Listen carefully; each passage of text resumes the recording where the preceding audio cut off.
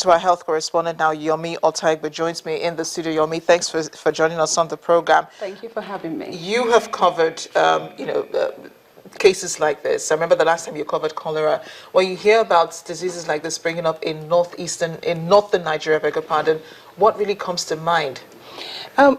It is not just about northern Nigeria. If you remember, in 2012, we had close to over 600 cases and 70 deaths in 19 states out of the 36. And that means that it is not about the north. It happened in Edo, it happened in Ondo, Oyo, and a few other states like that. So it's about awareness. It's about knowing that, yes, these exist. The doctor said something about bush burning, because I was thinking, okay, why is it that it looks like towards the end of the year, early in the new year, you find cases of Lassa fever? And so he's explained that. Could that have something, to do with the weather? Because towards the end of the year, it's the Hamatan. Because it's dry and everyone wants to, burn up whatever bush, especially in rural areas where you find that food, some people spread cassava on the road. And so when you spread cassava on the road, you find that rodents, of course, they are out of their normal habitat, and then they come in. They even come into the house. And if you have food that is exposed, and sometimes the soil excreta, urine and droppings like that on objects, and just picking it, and if the person has a sore, it can contract the virus. And within, you only see the manifestation around 1 to 3 weeks. Yeah, and I know there was a time some years back that Lagos State did report a few cases of Lassa fever, and I know the government controlled it eventually, and that was capped. But when you hear about cases like this breaking out in northern Nigeria, you wonder, does it really have to? It probably has to do with the people's lifestyle, and probably awareness, like you said, because most people up north, the language they understand is the Hausa language. You've been up north before covering health situations. What do you think? More awareness in Hausa? More awareness in the local language, of course, because if you want to talk to somebody that probably understands only Hausa, then you'll be mistaken speaking English or going to speak any other language. So you have to talk to the people in the language that they understand. And not just talking to the people too must learn to say, okay, this is my food. I need to make sure that it is well covered. I need to make sure that I wash my hands before and after using the toilet. And, issues like that. It might be impractical to say we want to chase away or grab all of the rats. Yes. So we have to think about prevention in terms of hygiene, as the doctor said, and making sure that whatever we ingest, and sometimes this, depending on how filthy the environment is, if these rats continue to excrete, even inhalation, people, yes, can contract the virus. So we really need to make our environments very clean. So how quickly does it spread? I mean, how quickly does it spread? How quickly can you tell if someone has Lassa fever? Well, it's if a patient contracts it, like today, it could take 6 to 3 weeks before the manifestation of the symptoms. What are the first symptoms that you notice? Well, in 80% of the people who may have come in contact with the virus, it may be mild, symptoms, headache, and all of that, and sometimes just resolved on its own.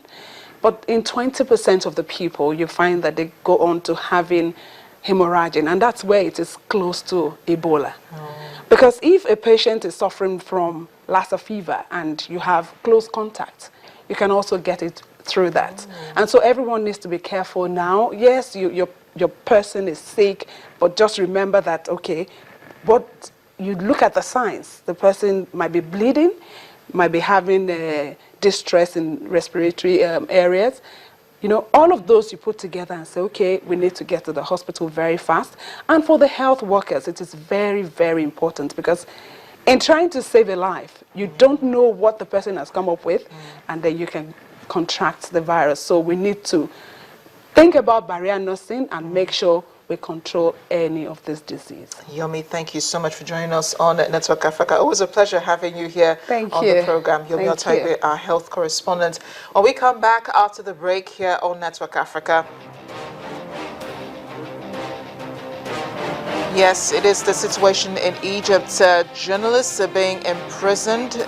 The journalists being imprisoned in Egypt are topping the list of journalists.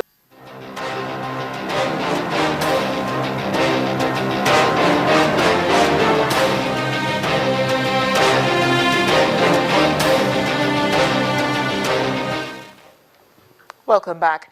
Zambia has fixed August 11th this year for its presidential and parliamentary elections after a number of postponements last year.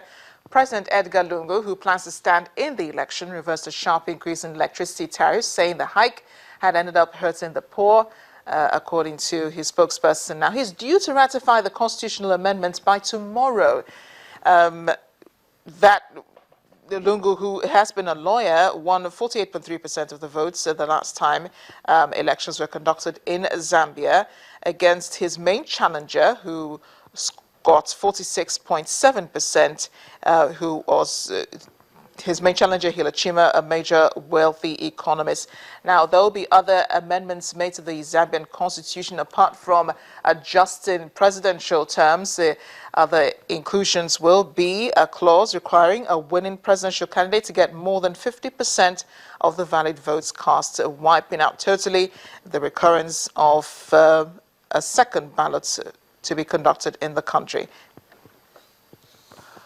We're in Egypt. Along with China, Egypt has topped the list of countries for imprisoning journalists this year. A report by Media Freedom Organization, Reporters Without Borders, says 23 journalists have been jailed in the North African state this year. While the trial of 3 Al Jazeera journalists attracted most of the international attention, there were lesser-known cases of local journalists who were being arrested. Now, the Al Jazeera journalists, the Canadian Mohamed Fahmy, Egyptian Baya Mohammed, and Australian Peter Grester, were sentenced to 3 years in prison and a retrial last August for operating without a press license and broadcasting material considered harmful to Egypt. Grester had already been deported in February. In September, Egypt's President Abdel Fattah al-Sisi pardoned 100 prisoners, including the 3 Al Jazeera television journalists.